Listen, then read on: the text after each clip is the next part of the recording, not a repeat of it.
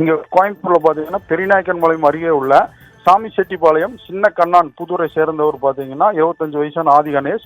இவருடைய மனைவி பாத்தீங்கன்னா 22 வயதான நந்தினி. இவங்களுக்கு ஏற்கனவே 3 வயசுல ஆண் குழந்தை இருக்கு. இந்த நிலையில நந்தினி மீண்டும் கர்ப்பமானாங்க. அதனால கடந்த 14ஆம் தேதி பெண் குழந்தை அவங்களுக்கு பிறந்திருக்கு. இவங்களுக்கு குடும்ப சூழ்நிலை வறுமை காரணமாக அந்த பிறந்த பெண் குழந்தைய விற்கலாம் அப்படின்னு சொல்லி முடிவு செஞ்சதா தகவல் கிடைச்சிருக்கு.